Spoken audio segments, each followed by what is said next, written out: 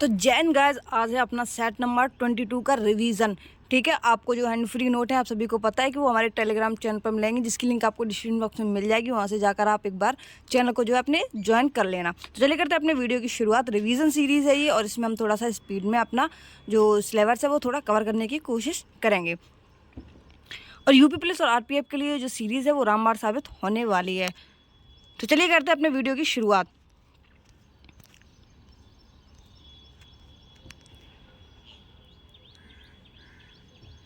पहला क्वेश्चन है, रानी मैया जो है वो किसकी लोक नर्तकी हैं जिन्हें 2023 में पद्मश्री से सम्मानित किया गया है? तो ये किसकी हैं? तो उम्मत आर्ट की हैं। उम्मत आर्ट कहाँ का है? तो ये कर्नाटक का है।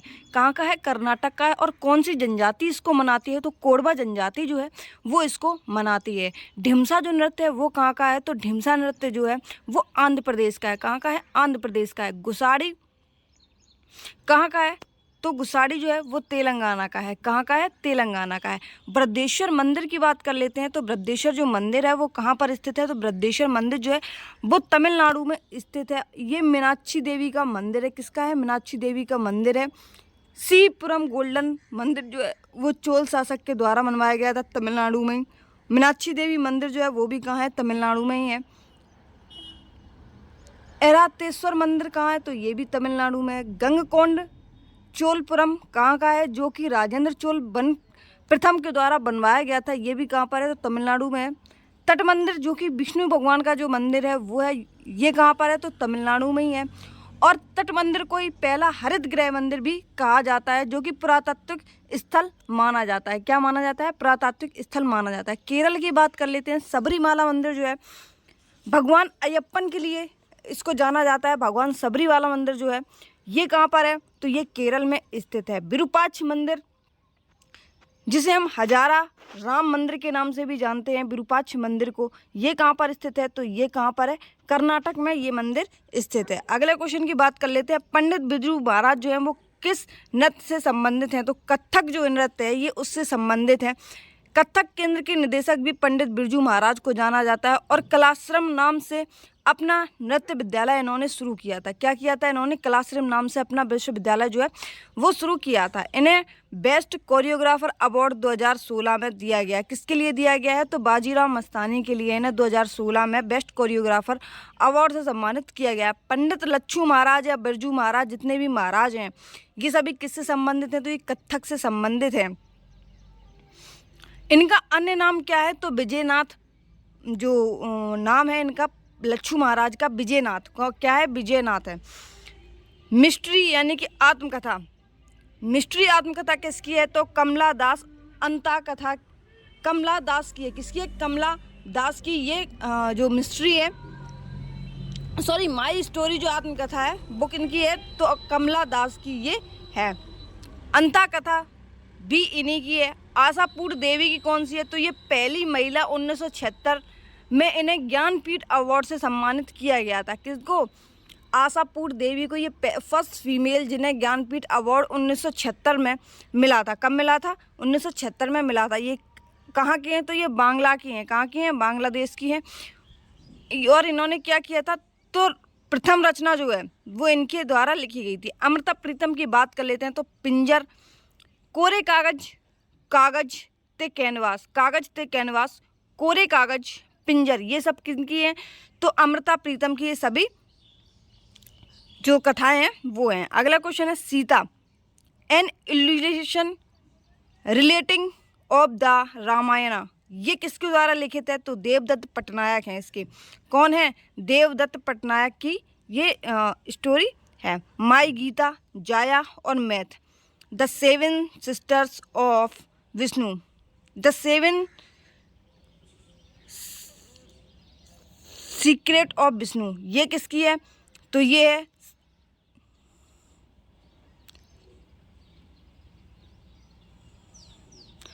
सती सावित्री की। कौन सी है? 2024 में इन्होंने कौन सी लिखी है? तो the seven secret of Shiva. कौन सी? The seven secrets of Shiva. The pregnant king भी किनकी है? इन्हीं की है। अनीशा त्रिपाठी की बात कर लेते हैं। तो मेलुआ के मृत्युंजय, ये किसकी है? तो ये अनीता त्रिपाठी की है। द ओथ ऑफ वायुपुत्र, कौन सा? द ओथ ऑफ वायुपुत्र जो है वो अनीसा त्रिपाठी की है। लेजेंड ऑफ सोहेल देव, कौन सा? लेजेंड ऑफ सोहेल देव जो है वो किनकी है? तो ये अनीसा त्रिपाठी की। सीता, वॉरियर ऑफ मिथाइल, कौन सा? वॉरियर ऑफ मिथाइल, ये किसकी है? तो ये भी अनीसा त्रिपाठी की है। लता मंगेशकर जी के बारे में बात करते हैं तो 2001 में इन्हें भारत रत्न से सम्मानित किया गया था, ए मेरे वतन के लोगों प्रसिद्ध गीत के लिए, जो कि श्री रामचंद्र के द्वारा गायक है। किसके द्वारा? श्री रामचंद्र जी के द्वारा इन्होंने लिखा था, निर्देश किया था। किसने? श्री रामचंद्र ने। गाया किसने था? लता मंगेशकर ने गाया था। और इसी गाना के पीछे इन्हें 2001 में भारत रत्न से सम्मानित किया गया था। 1962 में चीन युद्ध के बाद पीटी नेहरू के सामने, क्या? 1962 के चीन युद्ध के बाद पीटी नेहरू के सामने लेखक कौन थे? तो कवि प्रदीप थे। कौन थे? कवि प्रदीप थे। हे प्रीत जहाँ की रीत सदा, ये किसकी है? तो ये जो है वो महेंद्र कपूर ने ये गाना गाया है। माँ तुझे सलाम, ये किसने गाया है? तो ये AR रहमान ने गाया है। कर चले हम फिदा, ये किसकी है? मोहम्मद रफ़ी की है। कौन, किसने गाया था? ये मोहम्मद रफ़ी ने गाया था। दे दी हमने आज़ादी, ये किसने गाया था? तो महेंद्र कपूर ने गाया था। संदेश से आते हैं, ये किसने गाया था? तो सोनू निगम ने ये गाया था। तेरी मिट्टी में मिल जावा, तो ये किसकी है? तो ये बी प्रांका है। किसका है? बी प्रांका है। कोणार्क नृत्य महोत्सव की बात कर लेते हैं तो 1986 में हर वर्ष मनाया जाता है। 1986 से ये हर वर्ष मनाया जाता है। कोणार्क सूर्य मंदिर जो कि उड़ीसा में स्थित है। कहाँ पर है?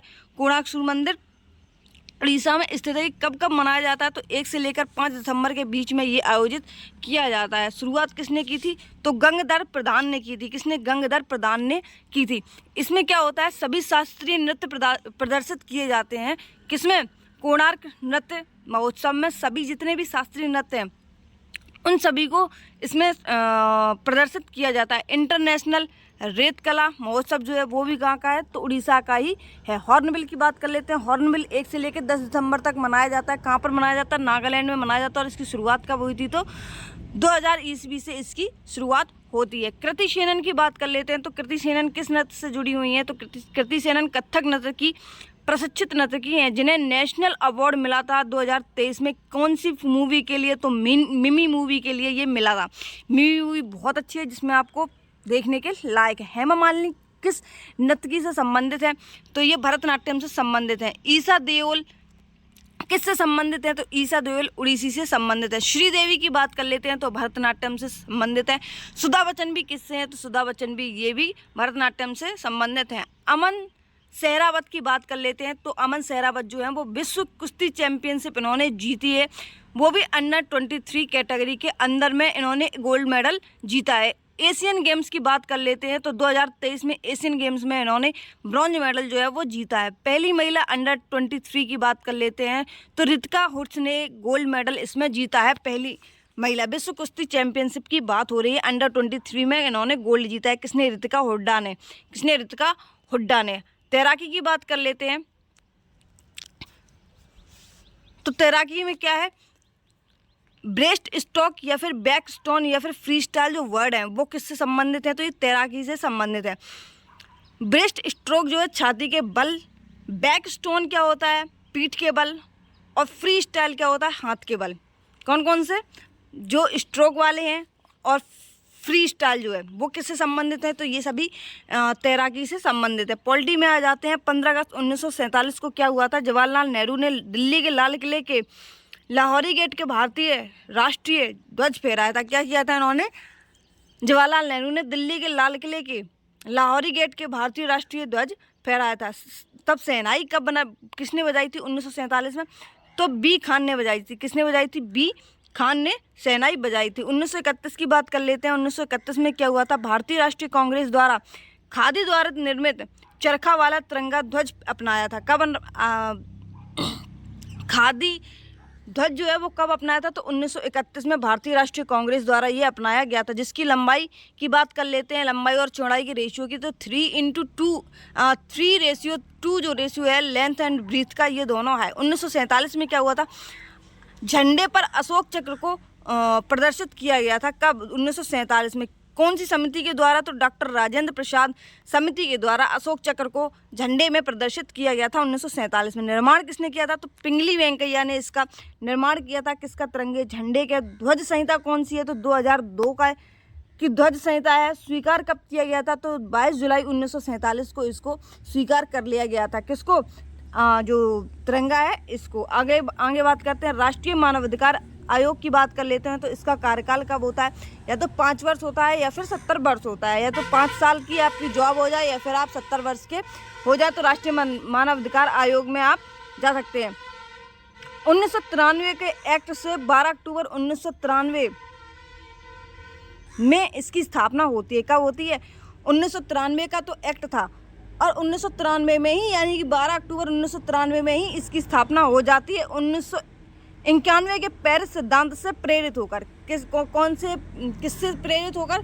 तो 1991 के पेरिस सिद्धांत से प्रेरित होकर ये 1993 में इसकी स्थापना हो जाती है। यूएन द्वारा मानवाधिकारों को सार्वभौमिक घोषणा कब की गई? तो 10 अक्टूबर 1948 में इसकी स्थापना होती है। इसके पहले अध्यक्ष कौन है राष्ट्रीय मानवाधिकार आयोग के? तो रंगनाथ मिश्रा हैं। कौन है? रंगनाथ मिश्रा हैं। वर्तमान में कौन है राष्ट्रीय मानवाधिकार आयोग के अध्यक्ष? तो अरुण के मिश्रा हैं। कौन है? अरुण के मिश्रा हैं। इसका हेडक्वार्टर कहाँ है? तो नई दिल्ली में इसका हेडक्वार्टर है। मानवाधिकार परिषद की बात कर लेते हैं। तो परिषद की जो यहाँ आयोग है यहाँ परिषद है। आयोग की स्थापना 1993 में होती है, 12 अक्टूबर 1993 में। और परिषद की बात कर लेते हैं तो 15 मार्च 2006 में यूएन की सहायता से इसकी स्थापना होती है।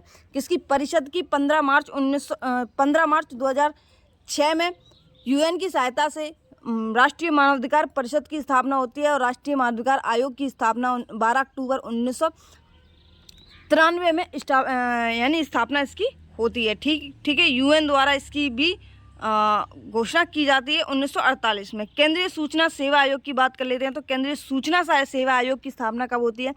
2005 में होती है। कब होती है? 2005 में। और कौन से एक्ट के द्वारा होती है? तो 2005 का ही एक्ट था और 2005 में ही इसकी स्थापना होती है। सदस्य की बात कर लेते हैं तो 1 सदस्य होता है और अन्य 10 सदस्य होते हैं। कितने होते हैं? अन्य 10 सदस्य होते हैं। प्रेस भी हो सकते हैं सदस्य और एक जो है अध्यक्ष उनको बनाया जाता है। कार्यकाल की बात कर लेते हैं तो 65 वर्ष इनका कार्यकाल होता है। नियुक्ति की बात कर लेते हैं तो राष्ट्रपति द्वारा इनकी नियुक्ति की जाती है। किनकी? केंद्रीय सूचना आयोग की। वर्तमान में आयुक्त कौन है सूचना आयोग के? तो हीरालाल सामकानिया हैं। कौन सी? हीरालाल सामरिया। कौन है? हीरालाल सामरिया। हीरा की सूचना दी कब दी? 2005 में दी। पहले दलित हैं ये। कौन? हीरालाल सामरिया। कौन है? पहले दलित हैं हीरालाल सामरिया। आगे चलते हैं। संघ लोक सेवा आयोग यानी कि यूपीएससी की बात कर लेते हैं। तो वार्षिक रिपोर्ट किसको सौंपी जाती है? तो राष्ट्रपति को सौंपी जाती है। किसको सौंपी जाती है? राष्ट्रपति को सौंपी जाती है। यूपीएससी की बात कर लेते हैं तो यूपीएससी कौन से भाग में आता है? तो 14वें भाग में आता है। और आर्टिकल की बात कर लेते हैं तो 315 से 323 इसका जो आर्टिकल है वो होता है। स्थापना की बात करते हैं तो 1 अक्टूबर 1926 में ली आयोग के द्वारा यूपीएससी की स्थापना होती है, जिसके कार्यकाल 6 वर्ष या फिर 65 वर्ष होता है। संघ लोक सेवा आयोग की संवैधानिक प्रावधान की बात कर लेते हैं तो 26 अक्टूबर 1950 का संवैधानिक प्रावधान है। लोक लेखा समिति की बात कर लेते हैं तो लोक लेखा समिति में सदस्यों की बात कर लेते हैं। कितने सदस्य होते हैं? 22 सदस्य होते हैं, जिसमें 15 लोकसभा से और 7 राज्यसभा से होते हैं। अध्यक्ष की बात कर लेते हैं तो एलएस विपक्ष के जो नेता हैं यानी कि लोकसभा के विपक्ष के जो नेता होते हैं वही इसके अध्यक्ष होते हैं 1967 से। कब से? 1967 से। इसकी स्थापना कब होती है? तो मॉन्टेग्यू चेम्सफोर्ड सुधार 1919 के द्वारा 1921 में इसकी स्थापना की जाती है। किसकी? लोक लेखा समिति की। इसका कार्यकाल कब होता है? तो इसका कार्यकाल जो है वो 1 वर्ष का होता है। कितने वर्ष का होता है? 1 वर्ष का होता है। प्राक्कलन समिति की जुड़वा बहन किसको कहते हैं? तो लोक लेखा समिति को प्राक्कलन समिति की जुड़वा बहन कहते हैं। 30 इसमें सांसद होते हैं, 30 सदस्य होते हैं जो कि 30 लोकसभा से सदस्य होते हैं। इसके कार्यकाल की बात कर लेते हैं प्राक्कलन समिति की तो कितना होता है? 1 वर्ष होता है। लोक लेखा समिति की बात कर लेते हैं तो 1 वर्ष भी इसका कार्यकाल होता है। किसका? लोक लेखा समिति हो या फिर प्राक्कलन समिति हो। जॉन मथाई की सिफारिश पर प्राक्कलन समिति की होती है और मॉन्टेग्यू चेम्सफोर्ड सुधार 1919 पर लोक लेखा समिति की जो स्थापना है वो होती है। अध्यक्ष की बात कर लेते हैं तो इसके जो अध्यक्ष होते हैं तो लोकसभा के अध्यक्ष द्वारा इनको चुना जाता है, प्राक्कलन समिति को। प्राक्कलन समिति के अध्यक्ष कैसे चुने जाते हैं? तो लोकसभा के अध्यक्ष द्वारा इनको चुना जाता है। हिस्ट्री में आ जाते हैं। भारत का प्रथम मकबरा जो है, जो शुद्ध इस्लामी शैली से निर्मित है, वो किसने बनवाया था? तो बलबन का मकबरा जो है वो बनवाया गया था। कब बनवाया गया था? तो बलबन के कार्यकाल की बात कर लेते हैं तो 1267 से 1286 या फिर 87, बलबन का जो कार्यकाल है 1267 से 1286। इसी ने बलबन ने क्या किया था? लोह रक्त की नीति अपनाई थी। किसके खिलाफ अपनाई थी? तो मेवातियों के खिलाफ जो लोह रक्त की नीति है वो अपनाई थी। नवरोज उत्सव जो है वो बलबन ने करवाया था, शुरू करवाई थी। नवरोज उत्सव जो है वो कौन मनाते हैं? तो पारसी लोग इसको मनाते हैं। गैर इस्लामिक तरीके से दरबार में आने की सिजदा तथा पाबोस की प्रथा शुरू की। तुर्के चैलगानी को ख़त्म किया। क्या किया? तुर्के चैलगानी को, जो 40 लोगों का संगठन होता था, वो इसने ख़त्म करवा दिया। किसने? बलबन ने। भारत के पहले मकबरा की बात कर लेते हैं तो सुल्तानगढ़ी का मकबरा है, जो कि महमूद की याद में बनवाया था। किसने बनवाया था? तो इल्तुतमिश ने बनवाया था। किसने बनवाया था? इल्तुतमिश ने बनवाया था, जिसको गुम्बद कला का जनक कहा जाता है। क्या कहा जाता है? गुम्बद कला का जनक कहा जाता है। भारत का पहला मकबरा सुल्तानगढ़ी का मकबरा महमूद की याद में इल्तुतमिश ने बनवाया था। गुम्बद कला का जनक भी इसको कहा जाता है। उत्तर भारत में चांदी का सिक्का, टंका और जीतल किसने चलवाए थे? तो इल्तुतमिश ने इनको चलवाए थे, जिनको हम तांबे, टंका जो होता था वो किसका होता? तांबे का होता था। और जीतल किसका होता था? चांदी का सिक्का टंका होता था और तांबे का सिक्का जो था वो जीतल का होता था। तो कुतुब मीनार पूर्व में किसने मरम्मत करवाई? इसकी फिरोज शाह तुगलक ने करवाई। किसने करवाई? फिरोज शाह तुगलक ने करवाई। कब करवाई? 1386 में। एकता प्रथा इसने चलाई। अतारकिन दरवाज़ा इसने बनाया। बदायूं की जामा मस्जिद जो है वो इसी के द्वारा निर्माण की गई। सुल्तान बनने से पूर्व बलबन कहाँ का इख्तियार था? तो कहाँ का था? झांसी का था। कहाँ का था? हरियाणा में हाँसी का, झांसी नहीं, हरियाणा में हाँसी का था। कहाँ का था? हरियाणा में हाँसी का इख्तियार था। कौन? जो बलबन है वो सुल्तान बनने से पूर्व।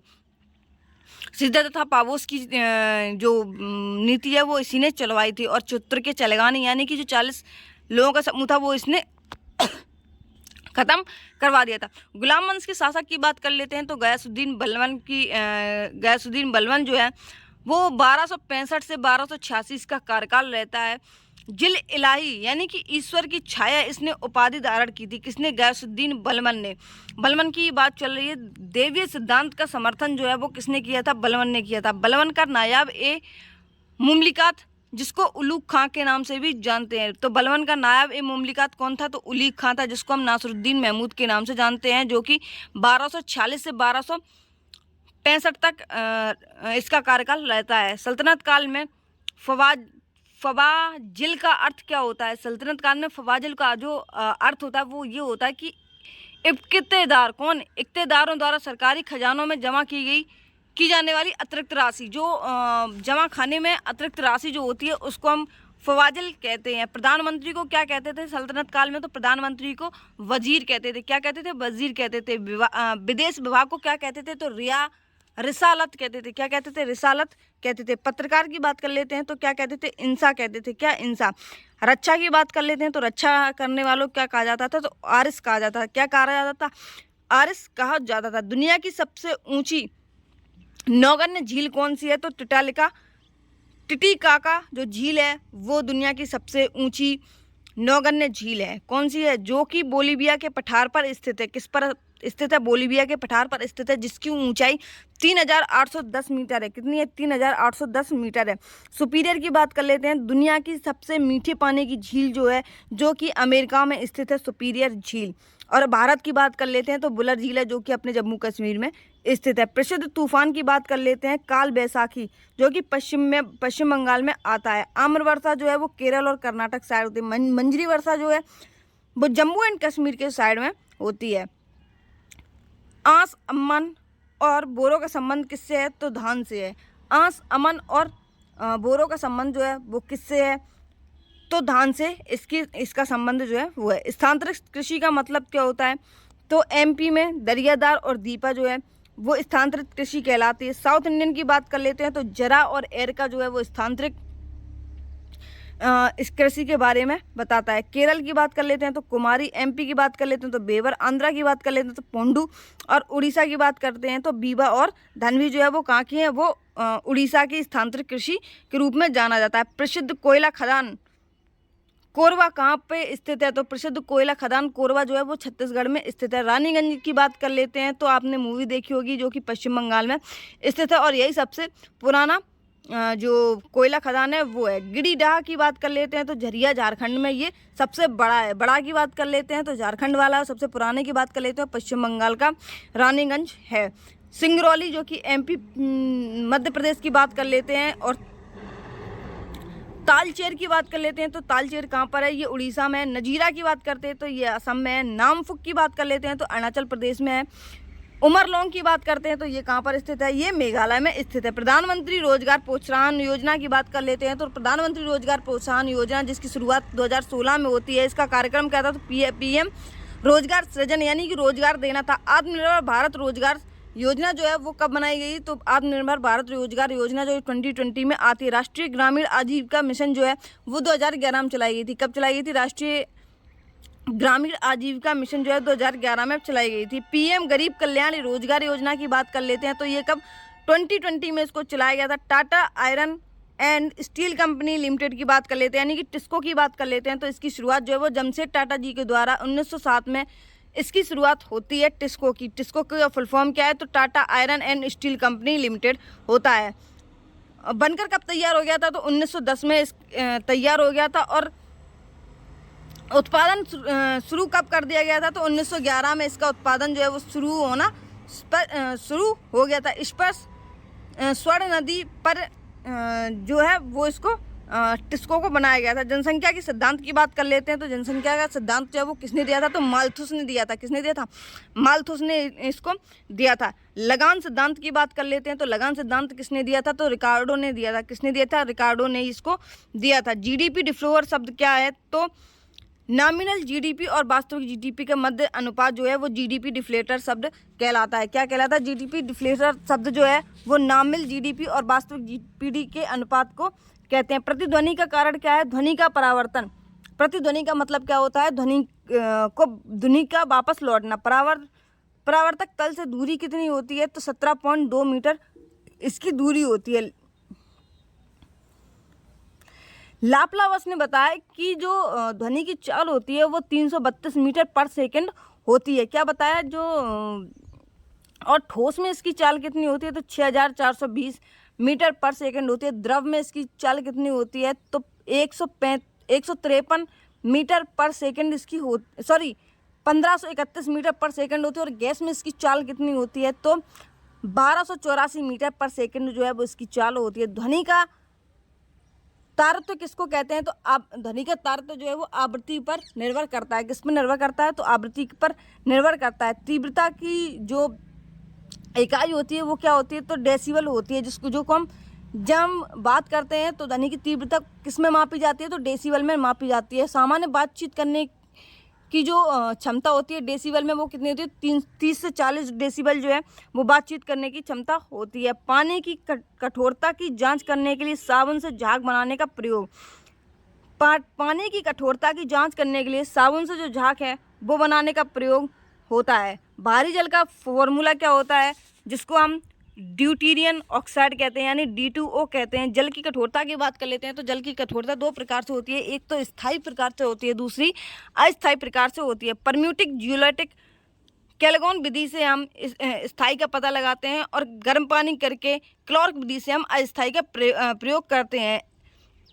स्थायी में magnesium plus calcium chloride plus sulphide के कारण इससे पता चलता है स्थायी है। तो और अस्थायी में बात कैसे पता चलता है, तो मैग्नीशियम एंड कैल्शियम के बाइकार्बोनेट के कारण इसमें पता चलता है। ठीक है, आगे चलते हैं। लिक्विफाइड पेट्रोलियम गैस यानी कि एलपीजी का फुल फॉर्म, जो कि दो कार्बनिक यौगिक का मिश्रण है, वो कौन सा है, तो प्रोपेन एंड ब्यूटोन जो है वो एलपीजी गैस में मिलता है। कौन सा, प्रोपेन एंड ब्यूटोन। कौन सा, प्रोपेन एंड ब्यूटोन। ठीक है। कोशिका की आत्महत्या की थैली किसको कहते हैं, तो आत्महत्या की थैली किसको कहते हैं, लाइसोसोम को कहते हैं, जिसका निर्माण गोल्जी कॉय में होता है। किसमें होता है, गोल्जी कॉय में होता है। राइबोसोम को क्या कहते हैं, तो राइबोसोम को प्रोटीन की फैक्ट्री कहते हैं। क्या कहते हैं, प्रोटीन की फैक्ट्री राइबोसोम को कहते हैं और आत्महत्या की थैली लाइसोसोम को कहते हैं, जिसका निर्माण गोल्जी कॉय में होता है। कोशिका का ऊर्जा ग्रह किसको कहते हैं? तो कोशिका का ऊर्जा ग्रह माइक्रोकोंडिया को कहते हैं, जिसकी खोज 1857 में की गई थी। ऊर्जा का कोशिका का ऊर्जा ग्रह किसको कहते हैं? तो माइक्रोकोंडिया को कहते हैं और 1857 में इसकी खोज की गई थी। करंट अफेयर्स की बात आ जाती है। Laureus world sportsman of the year 2024 से किसको सम्मानित किया गया है? तो नोवाक जोकोविच को, जो कि 24 ग्रैंड स्लैम अब तक जीत चुके हैं और इनकी जो बुक है वो है सर्व टू विन। क्या है इनकी? सर्व टू विन। नोवाक जोकोविच की जो कि पुस्तक है, इन्होंने 24 ग्रैंड स्लैम अब तक जीत चुके हैं। कितने? 24 ग्रैंड स्लैम जीत चुके हैं। इन्हें अब एक अवार्ड दिया गया है, Laureus world sports of the year 2024। ठीक है। और नोवाक जोकोविच कहाँ के खिलाड़ी हैं? तो ये सर्बिया के खिलाड़ी हैं। किसके हैं? सर्बिया के खिलाड़ी हैं। भारत के पहली बहुउद्देशीय ग्रीन हाइड्रोजन पायलट प्रोजेक्ट का उद्घाटन कहाँ किया गया है? तो हिमाचल प्रदेश में किया गया है, बहुउद्देशीय ग्रीन हाइड्रोजन पायलट का। देश में एससीओ रक्षा मंत्रियों की बैठक कहाँ हुई है? तो एससीओ रक्षा मंत्रियों की बैठक जो है वो कजाकिस्तान में हुई है। कहाँ हुई है? कजाकिस्तान में हुई है। आयुष्मान मंत्रालय में निदेशक नियुक्त किसको किया गया है? तो आयुष्मान मंत्रालय में निदेशक जो नियुक्त है वो सुबोध कुमार को किया गया है। किसको किया गया है? सुबोध कुमार को किया गया है। अगर आपको वीडियो अच्छी लगती है तो चैनल को सब्सक्राइब